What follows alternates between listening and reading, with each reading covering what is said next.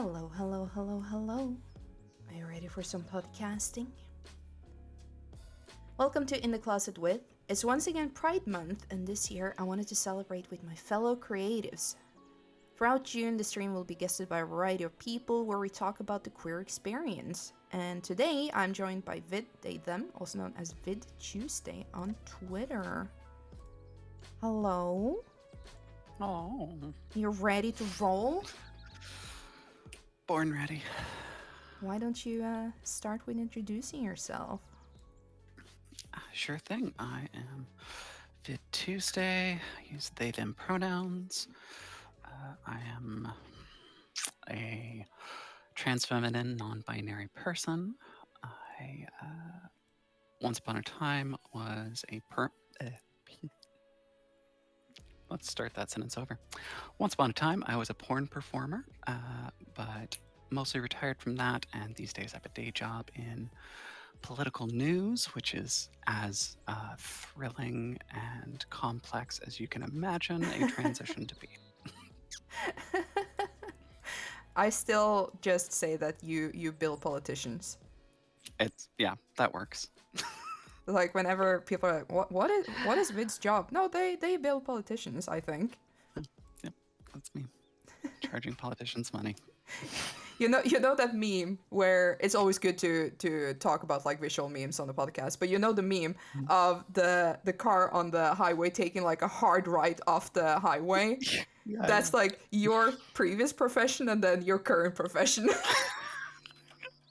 I honestly, even just within normal day jobs, it was such a weird veer off of things that, yeah, it's even more than, because like porn was never my day job. It was the side hustle. It was the like fun thing to do, and I did various menial day jobs to actually kind of make rent as we have to.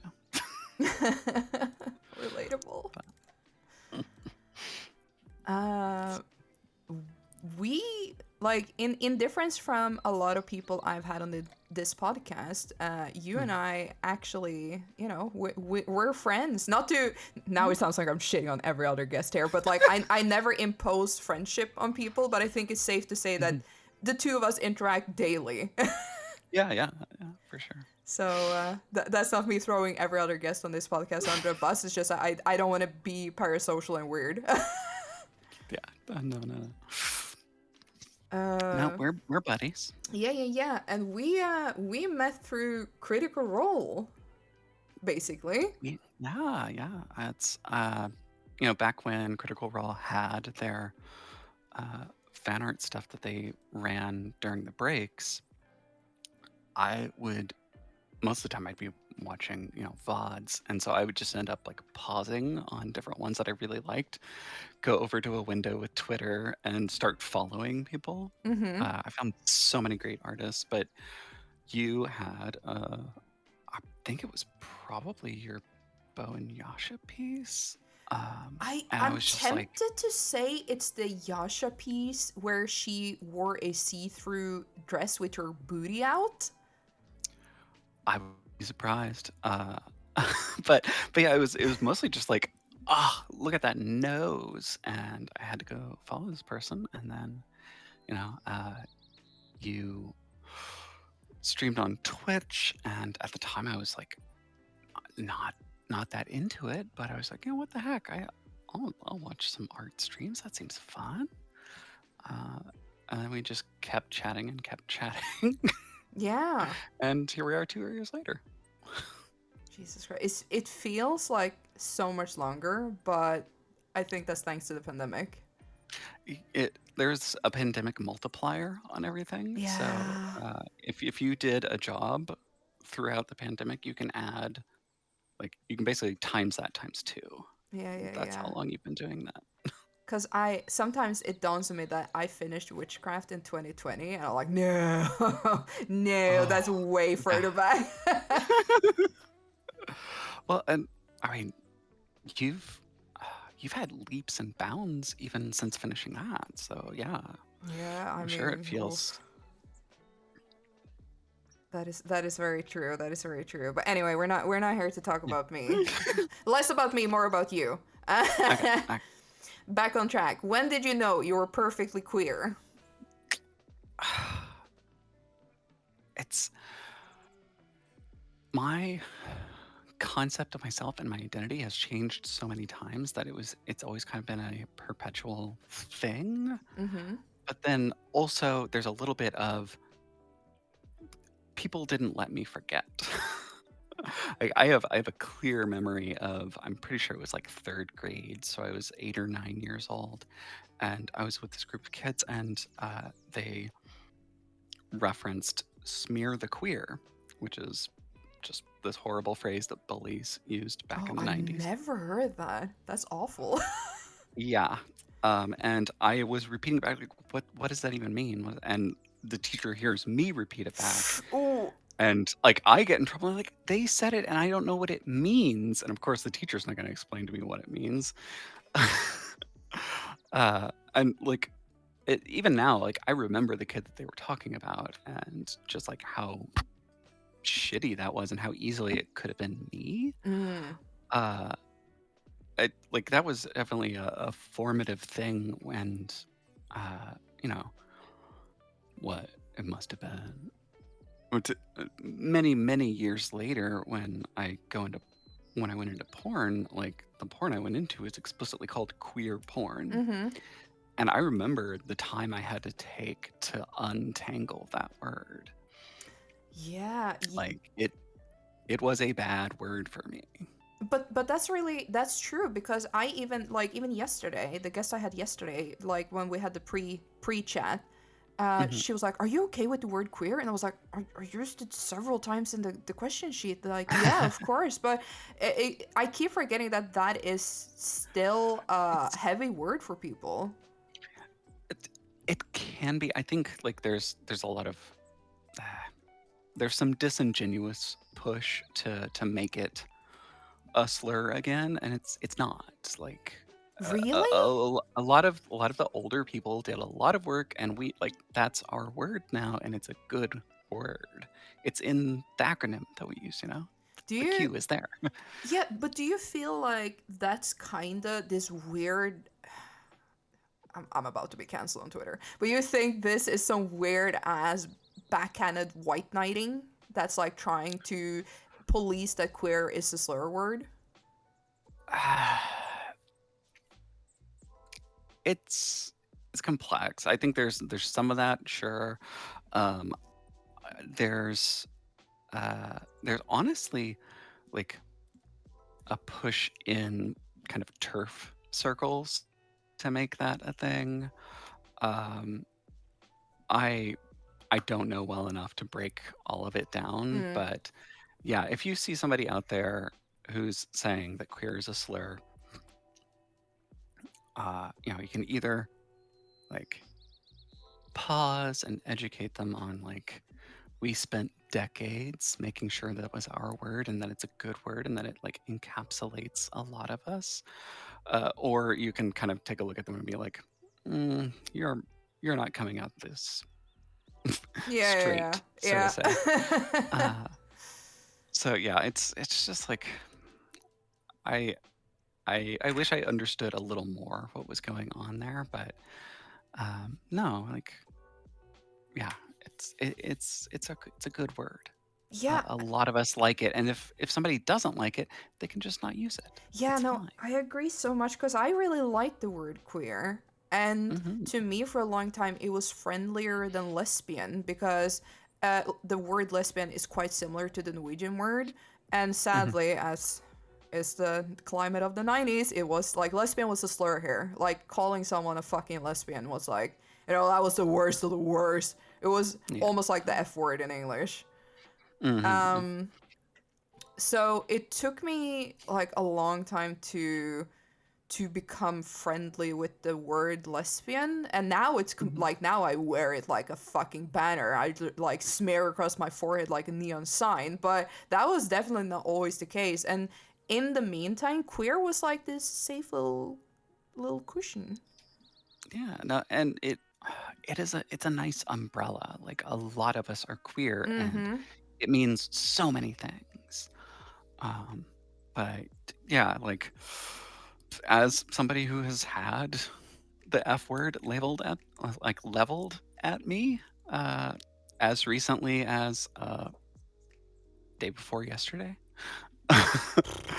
uh, like words are words, and like I even have gotten very used to the F word as even like a term of endearment in circles. Like, well, I'm sure I'll talk about it at some point. Like, I spent a lot of time in San Francisco in Yeah, my yeah. life, and so I was around a lot of kind of radical queer scenes, Mm-hmm. and uh, you know, they'll throw around some words in the middle of that, and the there's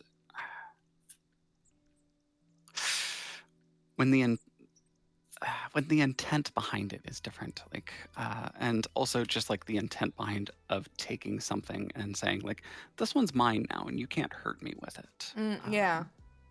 can be really powerful. Yeah, for sure.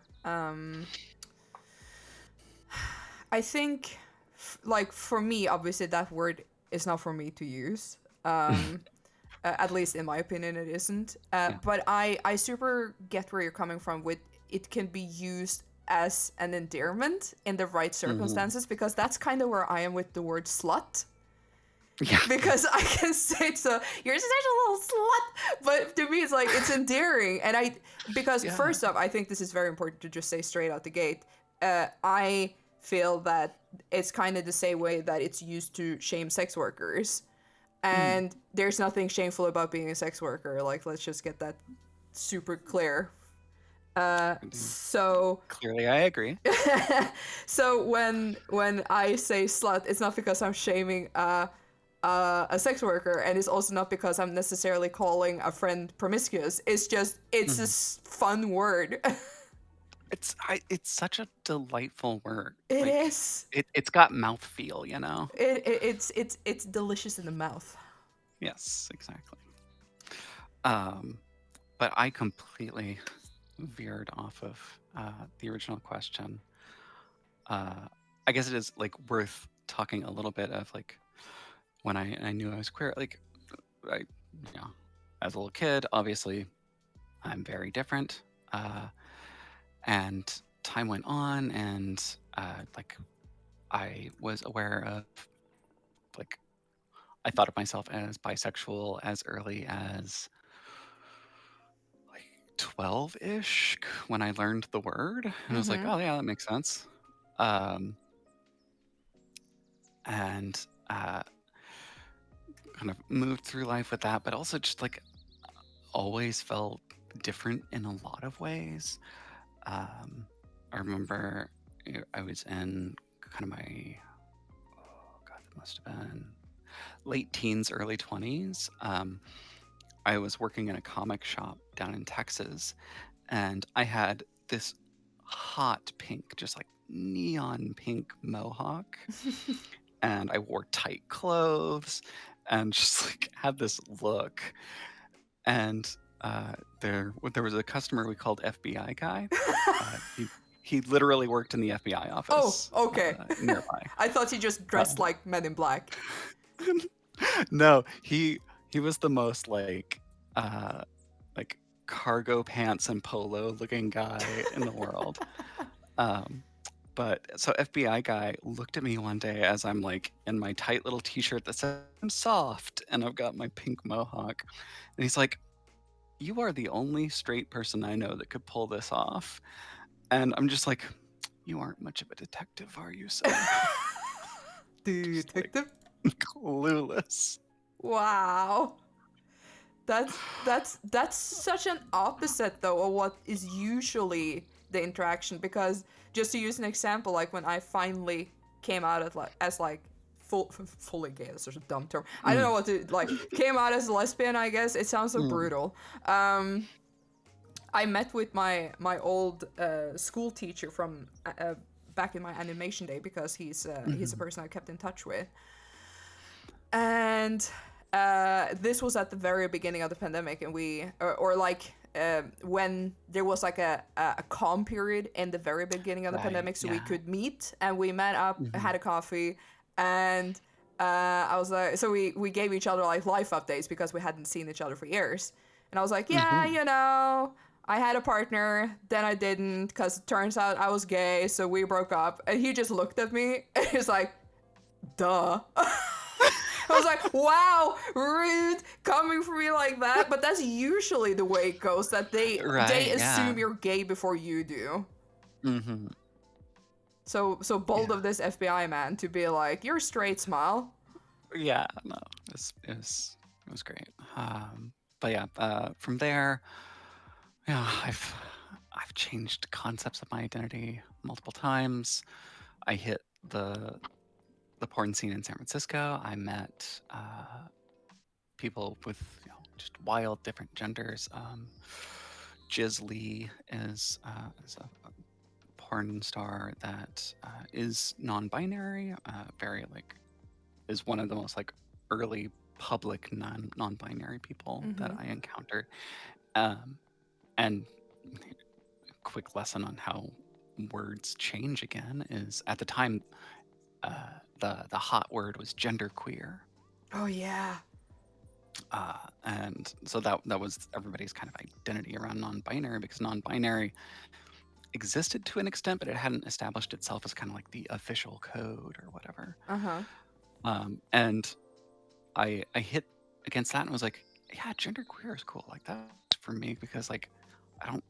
And at the time, I was still fine with like he/him pronouns. I didn't change any of that, but I publicly discussed like, no, I'm genderqueer, like AMAB, but this. And it was several more years before I began a transition of being trans feminine and changing my identity around that a few times. And so when did I know I was perfectly queer? And it's just like every day, and tomorrow there'll probably be a new way. Did you like, because like a lot of people, you've gone through a journey obviously to arrive where you are today. Mhm. Uh, were you feeling like incredibly restless for a while until, like, I obviously don't know if you still like struggle with that restlessness, but like, is does that sound like, do you recognize that concept of this indescribable restlessness? Oh, for sure. Like I don't. It's not something I talk about super often, but my like my transition came about because like there was a gatekeeping in my own head about like I had seen from even a young age on like daytime TV and shit like that, Maury Povich and Jerry Springer, like trans women existed in the public eye Mm-hmm. forever. Um, but there was a gatekeeping in my mind of like, that's for a special kind of person. Yeah, yeah, yeah. Uh, like, all those gender feelings that I have aren't that. I just have some other kind of screwy thing that I need to work through. I'm just like, I'm a little soft, I'm a little more feminine, and it's fine. Like, I'm comfortable with that. And my brain kind of told that, and my brain was not ready to process a lot of gender feelings for a long time. But it turned into, in my late 20s, being kind of a sloppy drunk to tamp down a lot of that. Like, I can recognize that now. At the Yeah, time, it was yeah. just like I was drinking all the time, and I didn't recognize it as I was trying to hide some feelings from Mm, myself. Uh, so like there was this like constant anxiousness, and that was like, you know, myself trying to exist in a world I had built poorly for myself. yeah. And so there was this restlessness that I coped with very poorly until finally I just hit a point where I was like, oh, shit, I am trans. And like there was very slow kind of like figuring that out and struggling through it and talking with people who were close to me, and yeah, but there was just like this anxiousness that needed to be released. Mm. And once it did, like, wow, like once you flip that switch, there's a shitty period at the start, but it improves so much. Yeah, it's kind of like like suddenly you wake up after a blackout and you're in like a mud pit, but then you get up from the mud pit and you take a shower and you're like, okay, okay, I can take it from here. Exactly, yeah.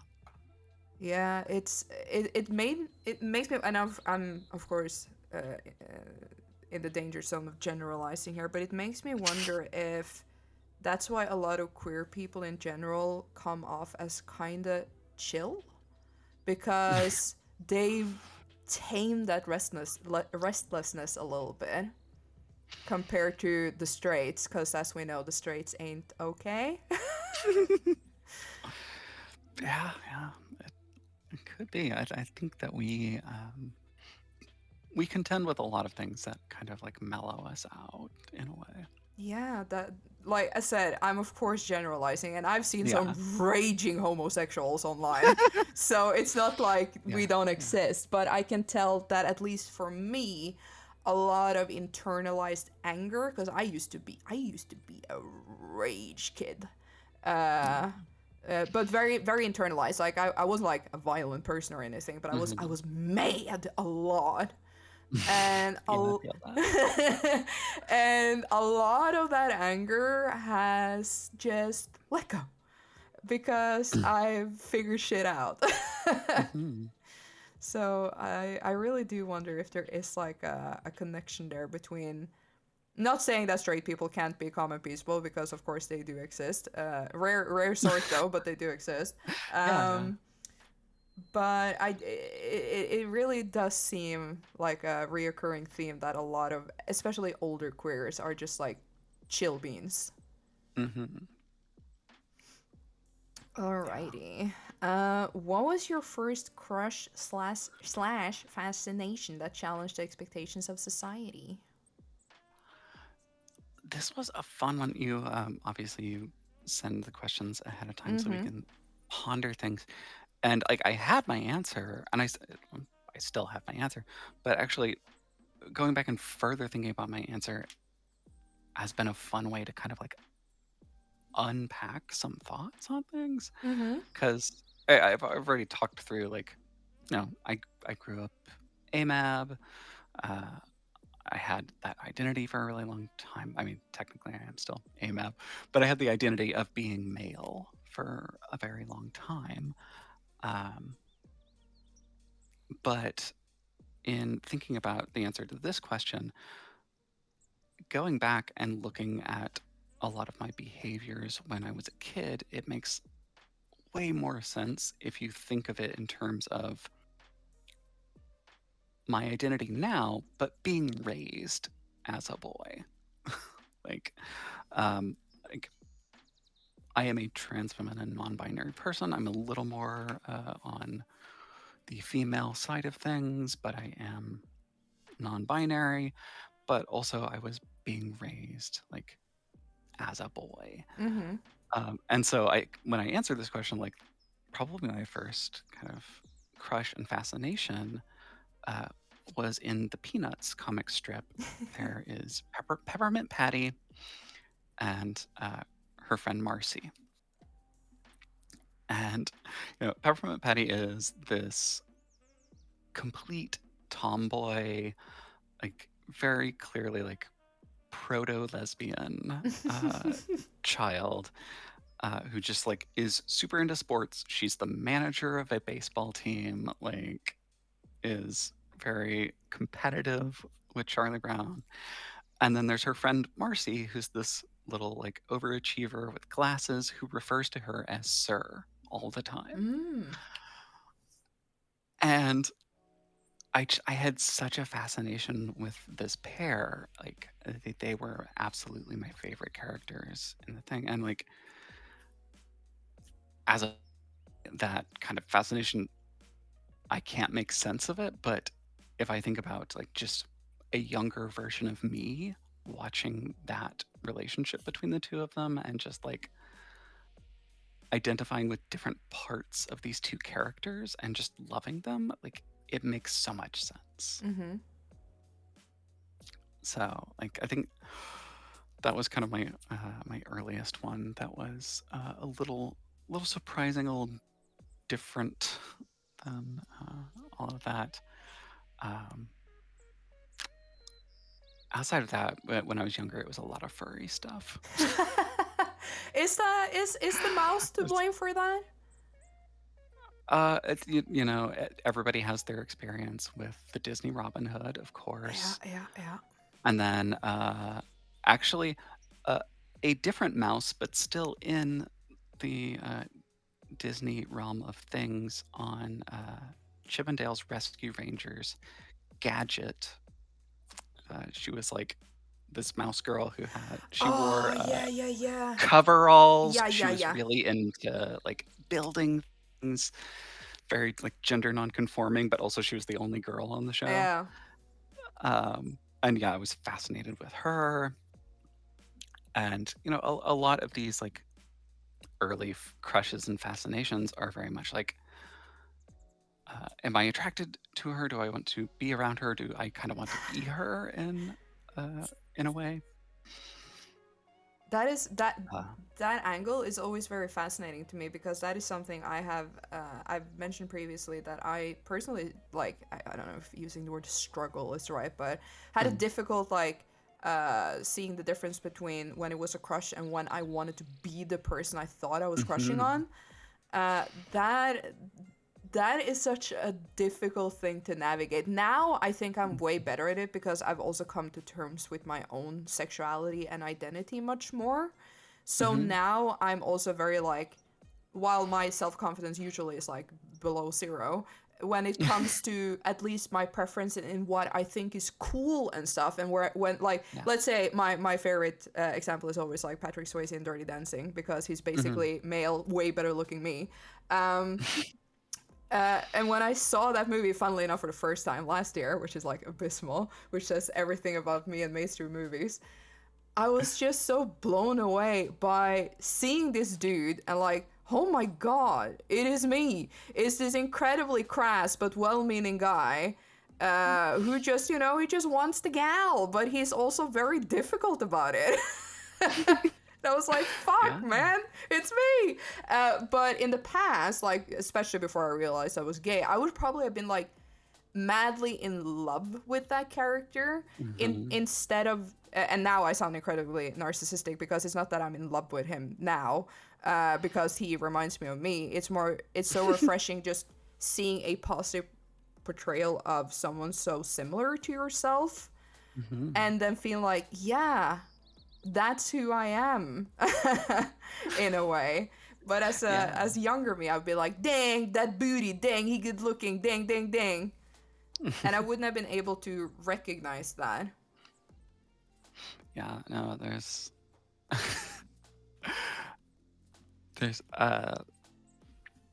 when I went to change my name as part of my transition, uh, I settled on like I was going to change my middle name as well, uh, and I was like looking around at different things. It's like sincerely considered Vid as a middle name I was or some shocked when I form of learned it. that wasn't your real name. I was like, what do you mean? Like it's the name that I often use in public, and thus it is my real name. That is fair. That is Uh, fair. uh, but what I did do is there's a web comic I've been following for I don't even know how many years now, but it's called Questionable Content, and a side portion of like a subplot of all of it kind of centers around a university library. Mm-hmm. And there's a handful of characters there, and like I have my library degree. I've worked in a lot of like side industries, but still like firmly identify with libraries a lot, and so that was always kind of like a fun thing in that comic.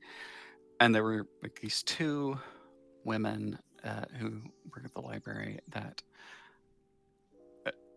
I I've talked about, like, I really want to be Ty, who is this polyamorous lesbian who like does a bunch of drugs and is just like fun and silly and a super chill boss to everybody. Mm-hmm. And I'm like, I want to be Ty, but I'm Claire.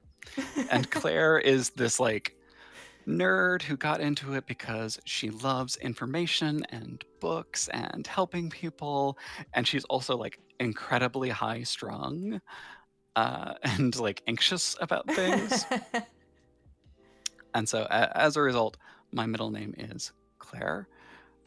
And it also helped that I had been like looking at this and being like, oh, I want to be a Thai, but I'm a Claire.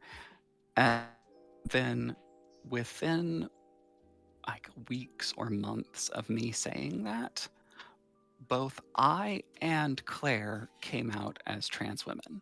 Oh. So I was like, oh, that's too easy. That's my middle name. That's so good. Do you feel like there is like this, how am I gonna phrase this? Like, do you feel like there is this big positive connotation to when you as an adult are able to choose your own name and how that shapes your identity as a whole? Absolutely, yeah. I mean, you know, bless anybody who got handed the random lotto name and you love it for the rest of your life. Like that's fantastic. Uh, but that was not the case for me for a variety of reasons. Yeah, yeah, Um, and I got a taste of it um, much earlier because obviously I needed a name when I went into my performing career. yeah. Mm-hmm. And so, like, Vid was the first time that I actually got to choose my own name. And it has very much become a firm part of my identity. Like, I'm always going to be Vid. Mm-hmm. That's some of my some of my best friends. Like, that's how they met me. Is that's the name they know me by. Mm-hmm. And like I've had people see my full legal name and just kind of like squint at it, like who's that? Is like I'm Vid. It's okay. I mean, that's every person who gets an invoice from me on PayPal. Like, what do you mean your name is Bruggedy Bruggedy Bruggedy Super Norwegian shit? Yeah, no, there's a meme in trans circles of like sending each other PayPal money and just pretending not to see anything. Just like I didn't see it. It's fine. Oh.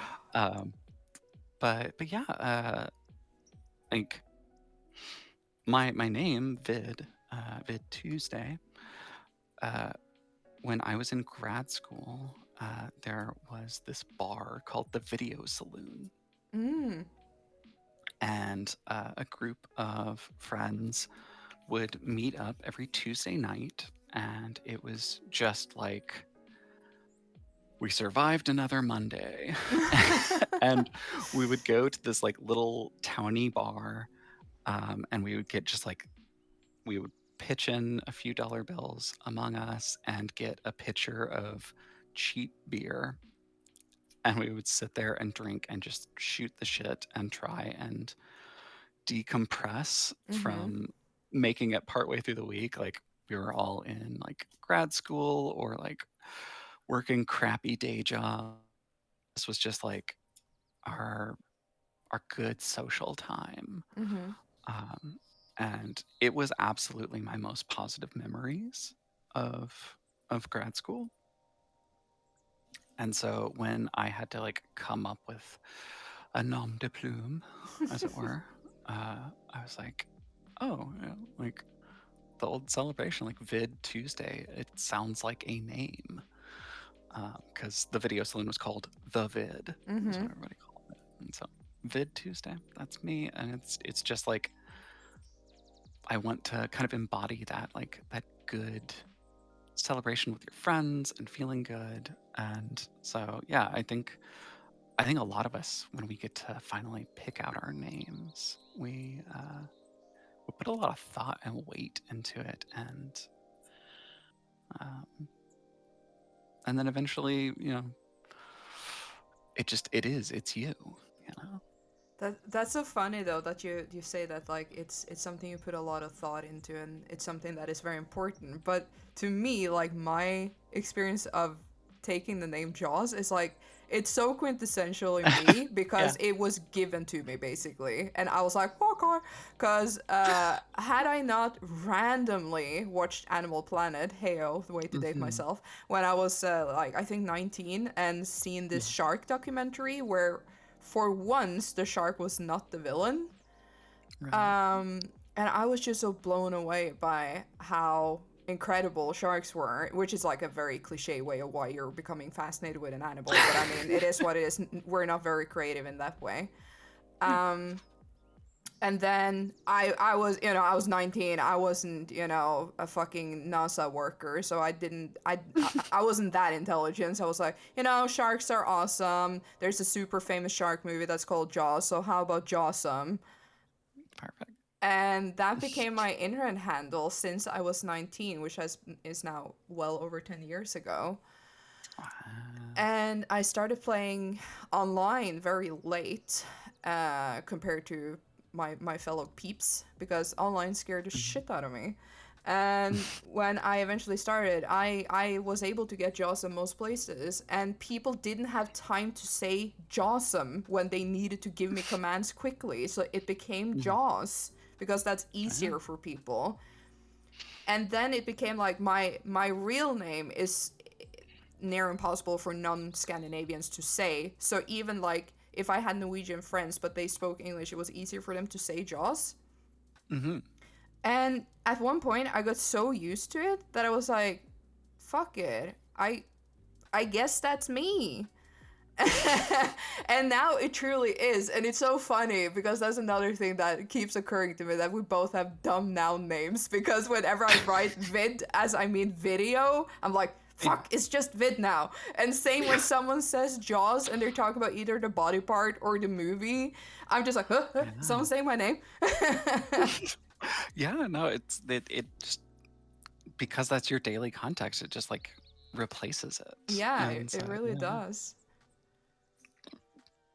But yeah, it's funny because my impression is that most people have more your route in terms of choosing name. That it's like Hmm. almost this ritualistic approach where it has to be good because Hmm. it's your entire new identity because we put so much in a name.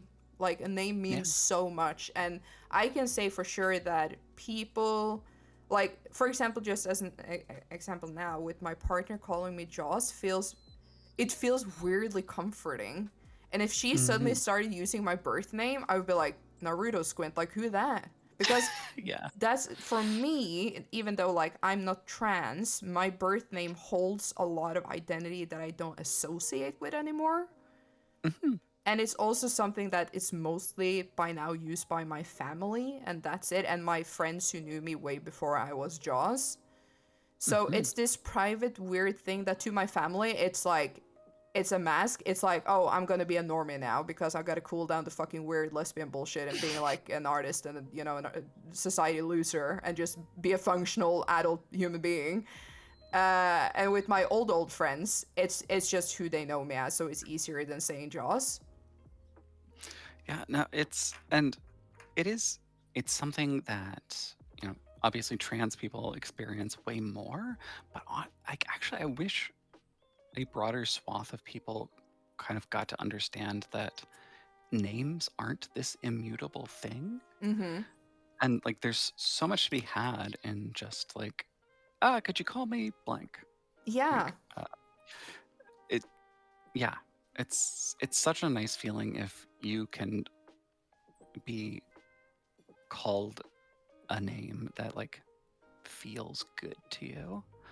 Um, like, yeah, it doesn't even have to do with gender. Like, sometimes something just clicks, and it's I want that for everybody. Yeah, and that made me think of another thing. I wonder if Mm. internet handles in general has made that feeling more accessible for people, because especially if you're an old fart like you and I, not to, Mhm. shame us publicly, but we grew up in an internet era where you were not supposed to use your real name online because then Oh people would yeah, find you and they would hurt you. yeah, for sure. So we had to use all these, like, that's the reason I took Jocelyn, which is like this weird random as shit, because it was so distant from my actual first and last name. um but It's it makes me wonder if like a lot of people our generation are more susceptible to just winging names, because it's now they usually handle at least two different names. yeah. I haven't thought about um, you back would have been the same period of time in my like pink mohawk days. Like I had really good friends who knew me from DeviantArt, and so I was done to them. Mm-hmm. Uh, and even that like felt really good. So like you can probably, oh God, my DeviantArt probably still exists and it's bad, but like I was done in crayon back in the day. It was just Uh-huh. like a funny, silly thing, but like my friends all called me Done, Done. Mm. And like, I liked when my friends called me that. And so I think that was kind of like an early thing of like, oh yeah, I got to pick this one. And this is like how people know me. And I don't need to, oh, well, I'm not supposed to, but also I don't need to tell them like, this other name that I don't feel connected to. Yeah, exactly. I think when I was younger, I had like this weird fascination with alternative names, because it was kind of like this Lady Gaga thing where like, oh, I can be like a Mm, pop star kind of feeling when you used exotic name or whatever you want to call it, yeah. and not your like boring ass birth name that is so normy and uncreative Hmm. most of the time. Um, but Sorry, parents. yeah, no, I that's like some days I'm like, man, I could just get rid of my birth name, but I would Mm, break my parents' heart, so I'm not gonna yeah. do that as long as they're still around at least. And it's so much like it's in Norway it is very easy to change names Hmm. compared to, because here it's first of all it's free. I think the only thing is that there has to pass a certain amount of time between you changing names, because Hmm. like I changed my surname when I was 18, Hmm. and the only thing I had to do was give like a documentation of why, and I was like, it's the surname of my grandparents, and I love it, and I want to bring that like with me. And they were Oh, like, okay, nice. stamp of approval. 3 weeks later, it was my new surname. Like, no, Hmm. no bigger biz than that. But I know in most countries it's a fucking hassle. Oh, yeah. No, it in America it's a whole court process thing. It takes months. Uh, in my case, start to finish, including replacing all of my IDs, the full process is about $600. So yeah, it's a thing. Like I've done it once, and I'm like, I'm probably not going to do that again. It's just too much work. Yeah, I think like here the only thing you would have to change that I can think of from the top of my head that costs money, because I don't have a car license, so I honestly don't know if it costs Mm, money getting a new one. It probably does if I were to guess. But the thing that I do know is like your passport yeah. and identity card if you use that. So outside of that, it's just like you're good to go because it's automatically updated everywhere else, which always makes me laugh. The few times I have to get like a doctor's prescription or something, it says like blank jaws blank. I'm like, people are seeing this and probably think I'm mental. Eh, And it is yeah. honestly my fear that one day my doctor will come out and say my full name in the waiting room, and I'm just gonna be like, oh, parading in front of all these people as the weirdo. Oh, well, it's honestly like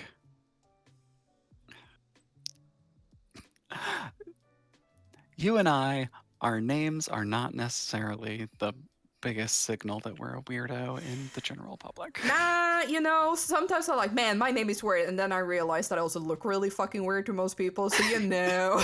Yeah. People can see, wait, if they get to know my name, they're like, oh, checks out. Yeah. No surprises. Yeah, totally fair. All right. What has been the most important queer representation in media to you, fictional or real? Okay.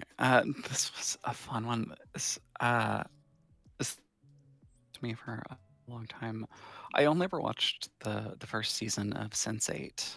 I know a lot of people love it. I have some complex feelings about it. Whatever. That's not the point of all this. The point is, one of the very first scenes in that show is two lesbians having strap-on sex, Mm.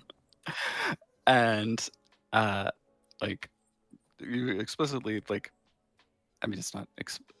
Ah, there's nudity and such, but it's not like a porn scene. Yeah, It's yeah, yeah. like mainstream sex scene, but HBO like porn. yeah, it's HBO porn. And but you get to see like the strap. You see her like take it off, throw it on the ground, and like there's still lube on the dildo, which is fucking wild. Um, and then you see the person who was bottoming, like get up, get like half dressed, and is immediately doing her estrogen shot, like on Ah. camera. And so, like in the span of like 30 seconds, this show manages to say without like giving some long-winded explanation or something. "Oh, here's a trans woman, and she is bottoming during penetrative sex," Mm-hmm. and that just felt very kind of revolutionary. It's unsurprising that it's by the Wachowski sisters, two trans women, but like generally speaking, when people think of trans women having sex, they are put in a top Yeah, position. yeah, yeah, yeah. Um, and so to show something like that, to show a trans woman bottoming for a cis woman in a lesbian relationship, and just do it so quickly and matter of factly, was just like mind blowing. Like I loved that scene. I adore storytelling where it's just like matter of fact. It Mm. like if you're unable to put two and two together in that scene, you need to fucking experience a little bit more culture. But most people are like, okay, okay. I'm like you're immediately Yeah, on, and if you're not, again, you need to touch on grass. yeah, exactly.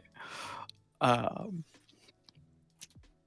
it's that's one of my answers, but I think really the representation that super matters is part of what even created that scene. Is that there needs to be a lot of representation behind, like in a lot of the creative force. Yeah. So like your writers' rooms, your directors. When we're talking about comics, the writers and the artists, Mm-hmm. and all of that, which you've had plenty of them on the show, and they're out there making their wonderful things, as are you. And I think like that really is some of the most important representation. I just breezed through most of Our Flag Means Death the other day. Like I had watched like the first 3 episodes, and then I watched the last 7 in Mm-hmm. one day. But that show, like, even though the show creator is just like a cis straight guy, but the writers' room had a lot of people of color, had a lot of queer people in it, and that shines. Yeah, and And so I sorry, go ahead. no, I was gonna say that is so true. The way that, or the fact that you mentioned the creative team behind, because a lot of the public tend to obsess like, um, and this is a debate that I try not to touch because I don't want to be canceled on Twitter. But there is a lot of like, should cis people be able to portray trans people? Should straight people be able to portray gay people, etc., like in media, like when we're talking about actors or Right. voice actors? And that's a debate that, like I said, I have my opinions and I will share them in private spaces Yeah. for my sanity. But I think in that debate we do tend to forget what you're mentioning right now, where like it's all is fine and dandy with the actors, but if the writers ultimately, or the creative team as a whole ultimately, are incredibly white cis people, then Mm. that's gonna be reflected, because that's how we get a lot of harmful portrayal, and the whole kill your gays, and the Mm-hmm. whole we can only be tragic, that's the only way to be, or evil, that's the only way to be gay publicly. So yeah, I'm very glad that you bring up that as a point, because it's so true. Yeah, it creates better stories. And even if your writer's room is gonna be not diverse, that's why there is a booming industry of like sensitivity consultants and stuff Mm-hmm. like that. So like, yeah, just like get other perspectives. That's how you create good representation. Yeah, absolutely. And I mean, there's not a lack of good media for straight people out there who's genuinely good, but it's also incredibly heteronormative, because Mhm. we've perfected that aspect of media. So give the floor to the rest of the people, maybe. Yeah, yeah, maybe. um, what's the most positive impact being queer has had on you? I I think it it has come down to uh, a comfort in being myself, and even that it took a while to get Mm-hmm. to. Um, but when I found like, okay, this is who I am, and this is the way that I need to live to be myself and be happy. And if I see people reacting negatively to me being me, it'll be like, you you either need to learn a little bit or you need to not be in my life. Mm. Um, like I I spent a lot of time repressing a lot of different aspects of myself. Like I've been a variety of queer. I have been a sex worker, and it makes these situations where people can react negatively if I just act like myself. Mm-hmm. And if I see that happening now, I know like I need to either sit down with this person and be like, hey, this is me. What seems to be the issue? Or I need to realize like, oh, this just isn't working out. Yeah. Um, like, uh, you know, when I mentioned like when I was doing sex work, I worked a lot of like normal menial jobs, and like existing in an office space as somebody who is a sex worker just sucks. Oh, yeah. Because there's a lot of negative views about sex workers that happen, and there's also just like a lot of things where I couldn't talk about broader aspects of my life. Mm. Like it was challenging to talk about my friends who were sex workers and various events that I would attend on a weekend. Like if I was going to a showing of like one of my friends is releasing a new movie and I want to like go out and support them. I Mm-hmm. can't talk about that when my manager's like, so what are you doing this weekend? Yeah, ugh, man, it's one of the things that makes me really frustrated, that we still live in a society where that is the case. That if you were like dual wielding professions like that, Mhm. that in a lot of spaces you wouldn't be able to just say that. And I think having been an artist for so long has kind of made me spoiled rotten, because that landscape is, sure, there are shitty people in the artist landscape as well. Like, they are everywhere. There's no escaping that. But it's by far incredibly inclusive for most of the part, I would say.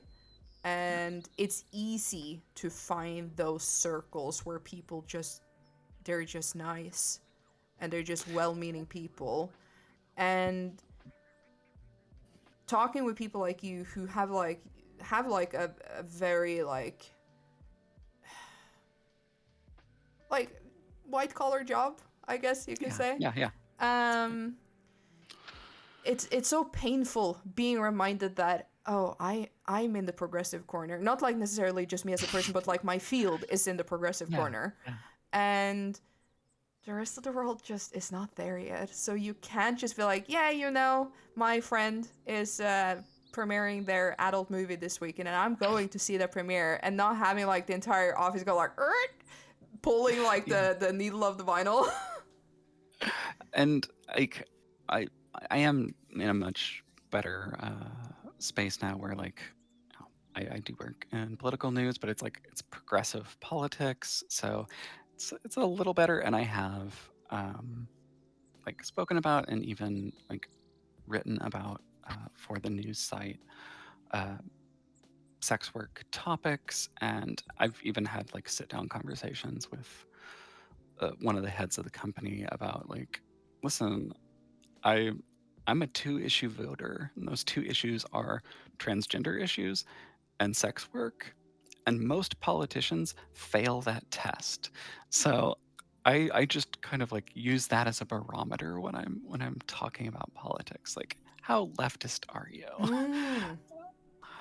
So I haven't explicitly told a lot of my coworkers like, oh, I used to be a sex worker, but like anybody who's doing any kind of math can look at the things I care about and the things that I talk about within politics and be like, oh, Vid has explicitly talked a lot about how a lot of trans people end up in sex work because it is a less discriminatory field than basically everywhere else. Like, the job market for trans people is abysmal. Yeah. But sex work has always been something that it does, for better or worse, welcome us. And so I think if anybody was actually paying attention to the way that I talk about this stuff, they'd be like, oh, okay, I work with a trans sex worker, and that's fine.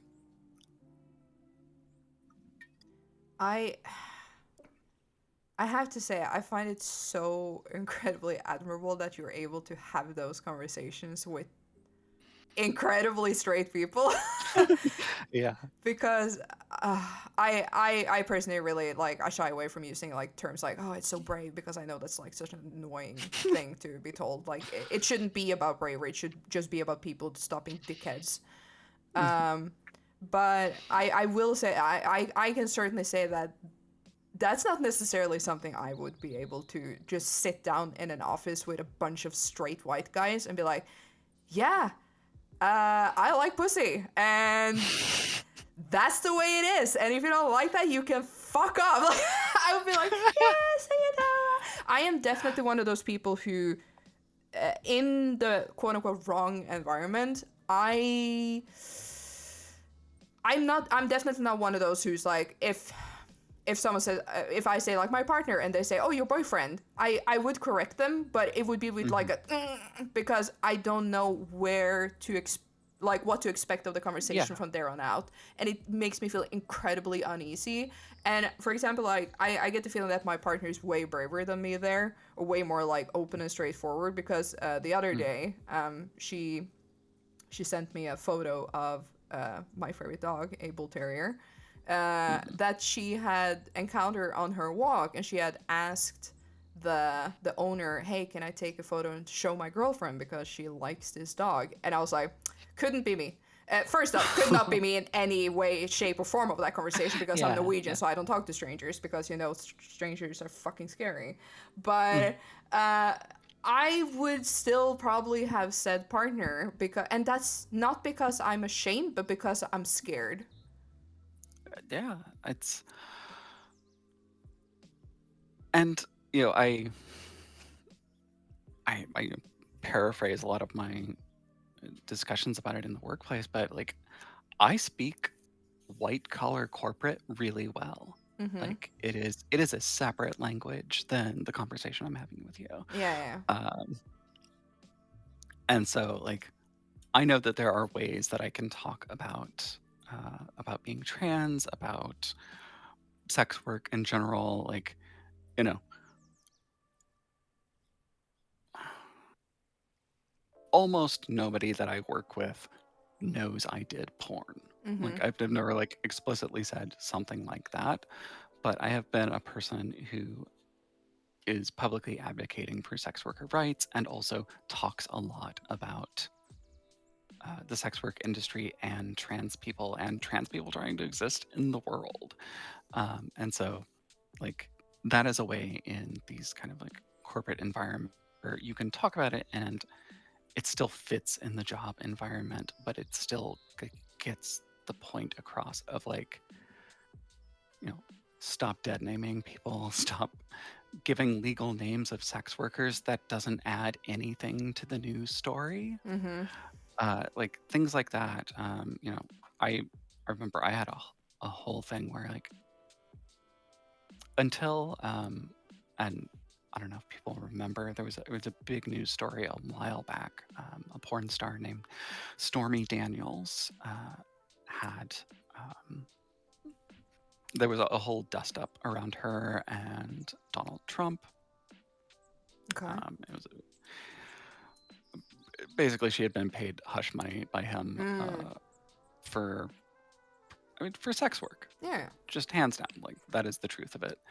Um, and I saw this happening in the news, and I was like, "We're a progressive news organization. We're gonna like cover this, and I'm going to have to like watch everybody's language about sex work."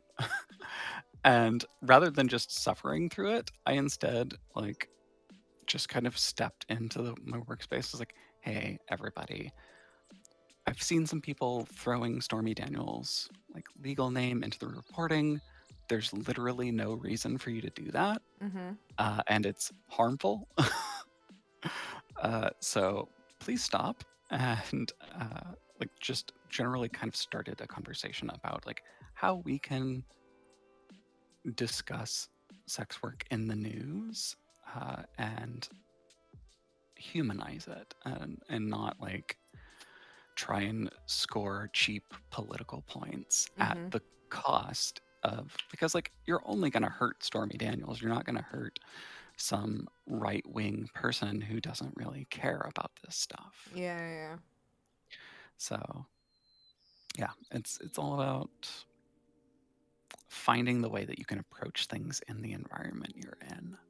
Yeah, for sure. And I feel like I have to specify that if I have to like fight on behalf of others, I will bite ankles. Like my Yeah. image is then out the door. I do not care. It's when it's strictly personal that it's Oh very yeah. difficult for me. So I just want to make it clear that I'm not the throwing other people under the bus kind of person in these kind of conversations. And I've had uncomfortable encounters where people are openly racist or homophobic. And I'm like, dude, that's not okay. Even Yeah. if they're not harming anyone in the room, they're harming people by carrying those opinions. So I will chomp people when they do that stuff, but when it becomes like on a personal level, I'm like you I, I I feel that. I have been misgendered plenty in workspaces, and the number of times that I actually like manage to correct people on that is fairly rare. mm. Uh, I do have the mental tally of like I know who has got my pronouns right. If You have if you're my yeah, you coworker, carry a I Death know. Note list.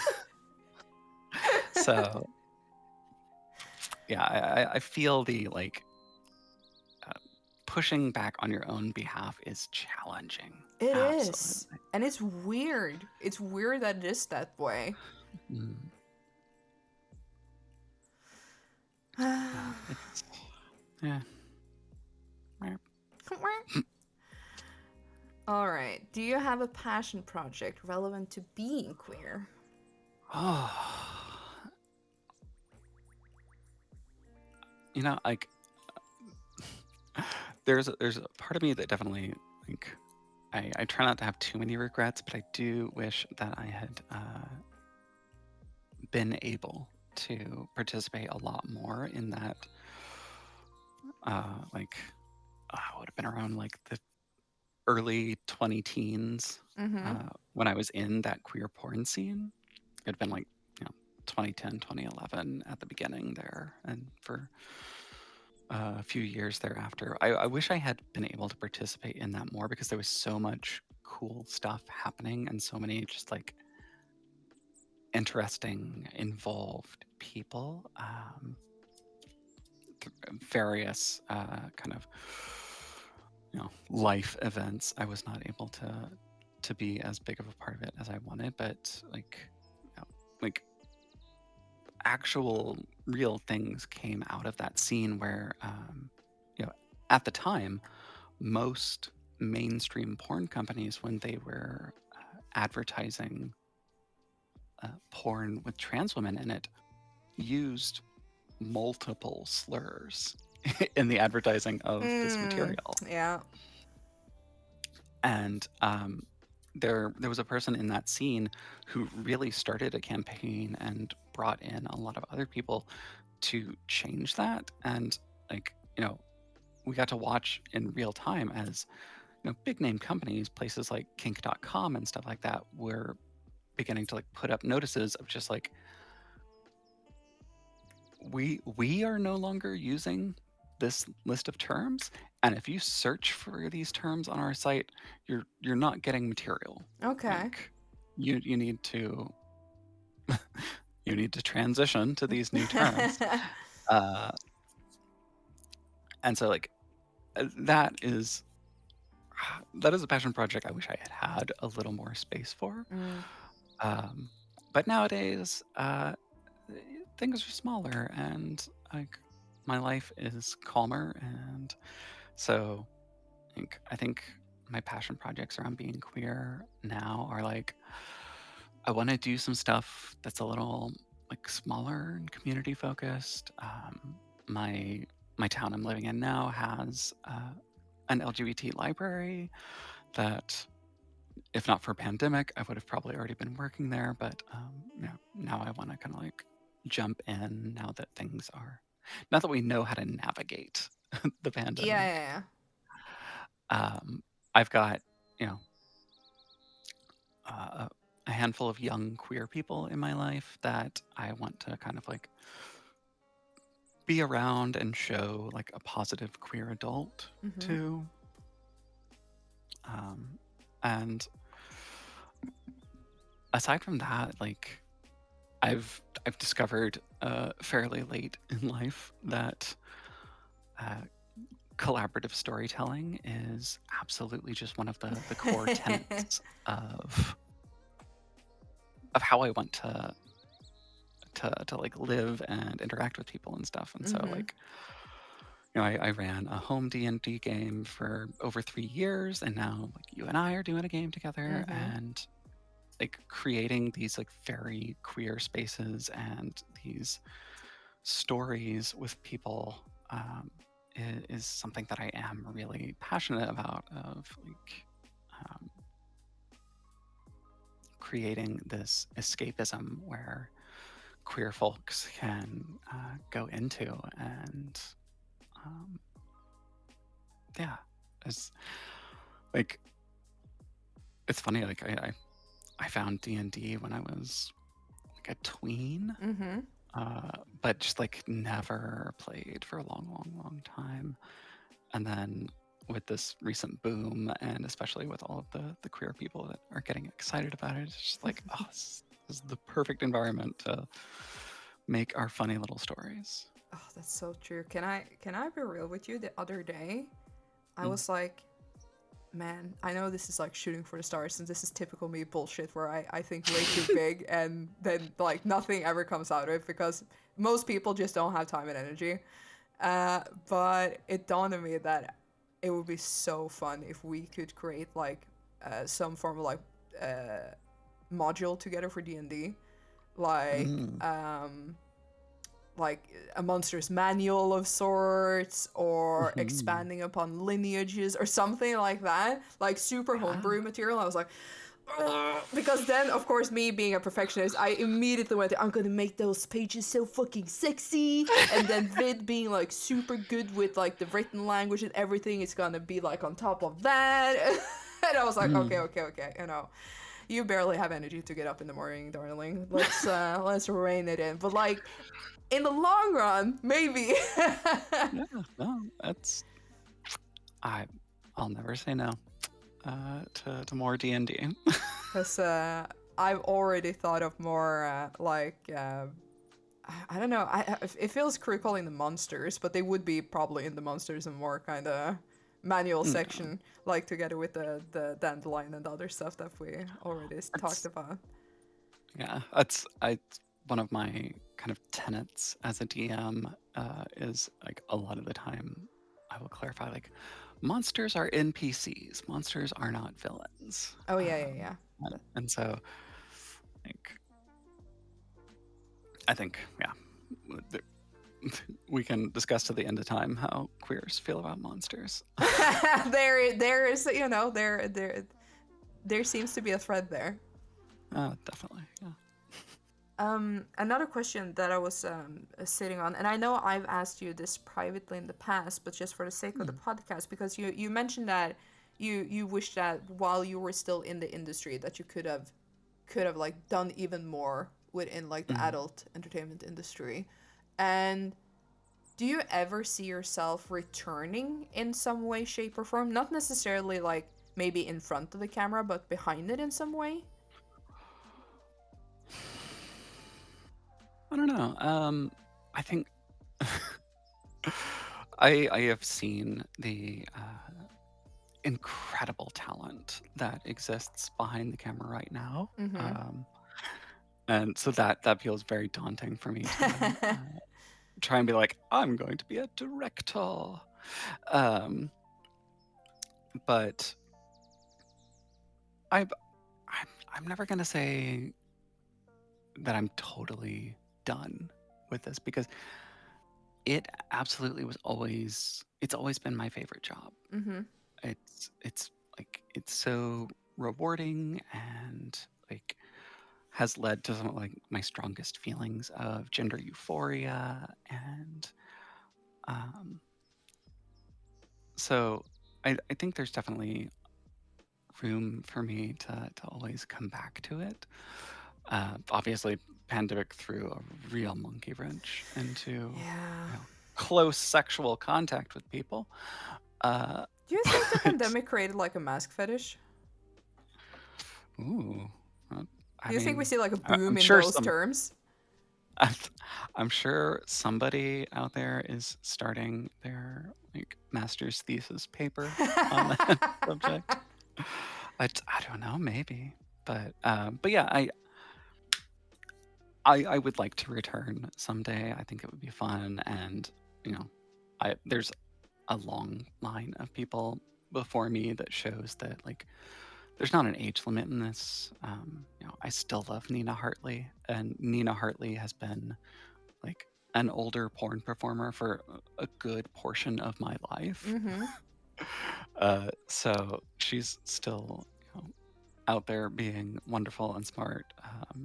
If anybody's not familiar with her, she is a person who uh, she she was a nurse, like she was a medical professional at one point. So she's like very knowledgeable on sexual health and stuff like that, and is also just like a sweet, fun person, and is now like you know basically your grandma in porn. Oh, that's amazing. What a Uh, title. she's she's wonderful.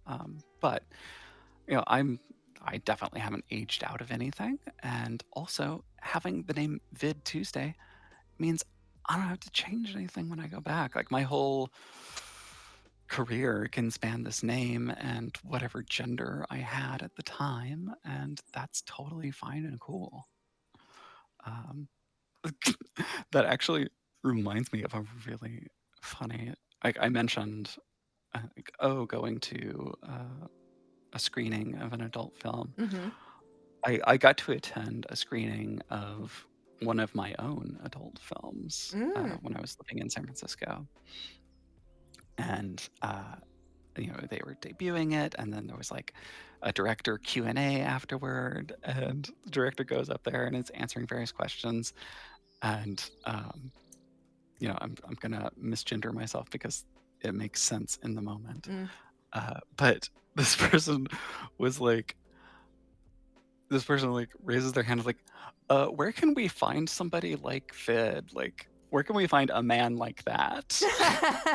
Because there weren't cis men in this kind of like queer porn Mm. atmosphere, really. Like there were a handful of us, but it was rare, um, and it was rare to see like bottoming and kind of just the way that I am and perform on camera uh, was not something you saw a lot of in porn.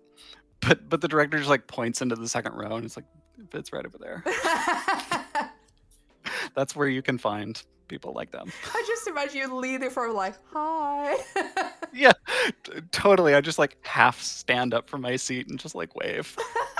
That was just my reaction. Just like, hi, we're around. It's fine. Oh, that's amazing. That brings me a question though, Mm, because as you know, most people really struggle hearing their own voice played back to them mm, because it's so unfamiliar to us, and it's just mm, you always go like ugh because it's just so weird what you actually sound like compared to what you hear inside your head. mhm. How is it seeing yourself perform adult content? It's for me. For me, it was nice actually because it was very similar to a period of time in college where I was a figure drawing model, Mm. where people's art is so much more kind to me than I am. Oh yeah. And then in porn, like a, a good like porn cinematographer and director and everything, they are so much kinder to my body than my brain is. Oh And yeah. so actually like getting to see my own porn was not as awkward as I expected. It was actually much more like, oh wow, like getting to see myself literally through someone else's lens. Like this is beautiful. This feels really good. I feel sexy in a way that I often don't. Um, That's so nice. Like I've never thought about it like that because in my head, like I know how I feel seeing someone taking a photo of me. Like I want to leave planet Earth. I think it's so yeah. uncomfortable, and to me, because of like all of my self-perceiving issues, I would never be able to record anything like remotely sexual. Mm, Uh, and I think like for me, it would be a nightmare scenario putting me down. Like, hey, we recorded you having sex, and I would just be like, ah, like I yeah. would die on the spot. Yeah. It definitely takes a specific kind, and everybody's feelings are very different. Mm-hmm. I did have a friend who was talking to her therapist, another performer. She was talking to her therapist, just like, I can't even watch my old porn scenes. Like my hair was all like bleached out and frizzy, and I cannot believe that I like did that mess.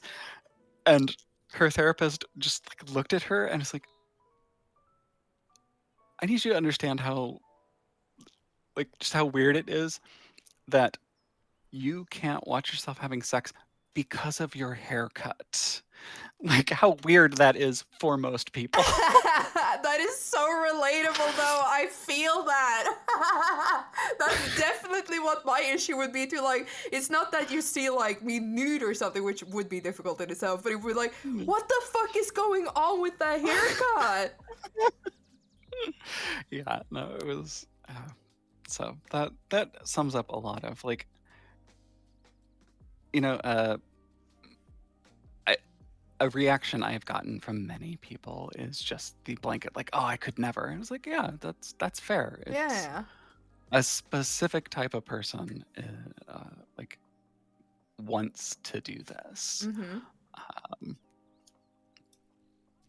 but I just happen to be that kind of person.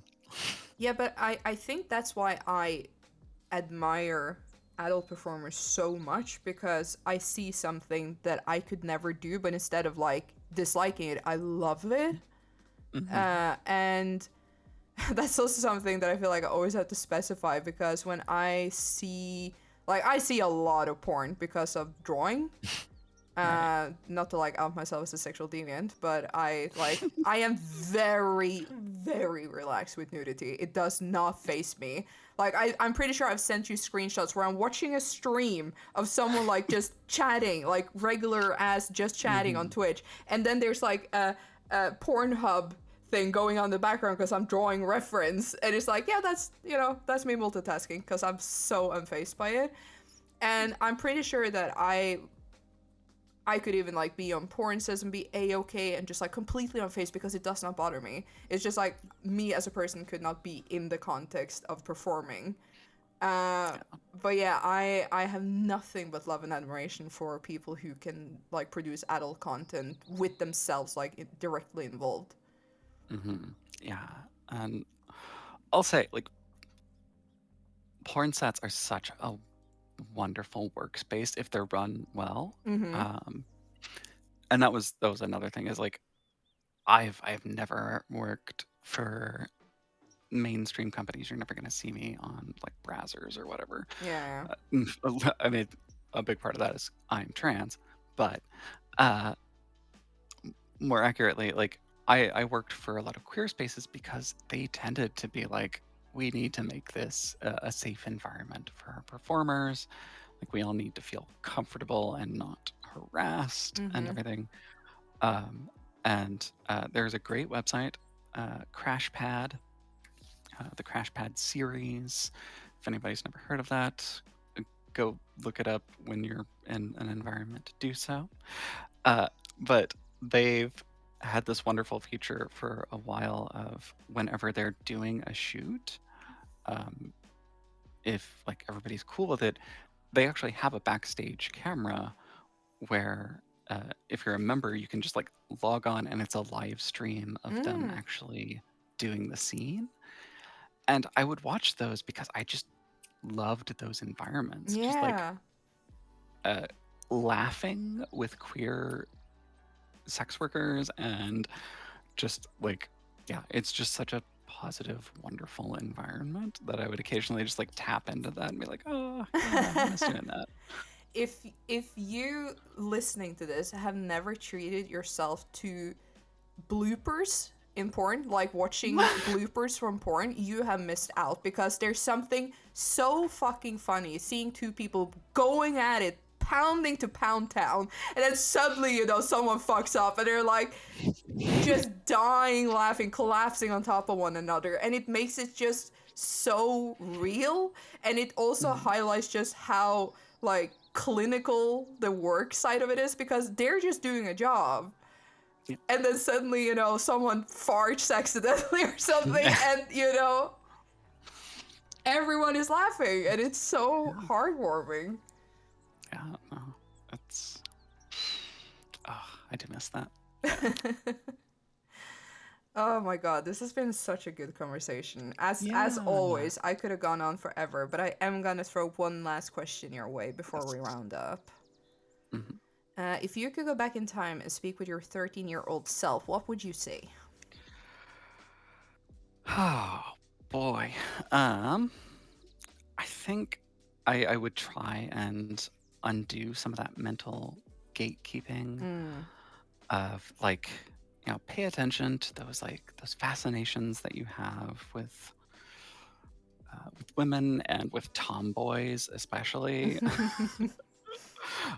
where it's like you really want to be that, like these characters that you're creating, where everybody is like, you're making these women too mannish. Like, there was a reason you were doing that at like 14. Mm-hmm.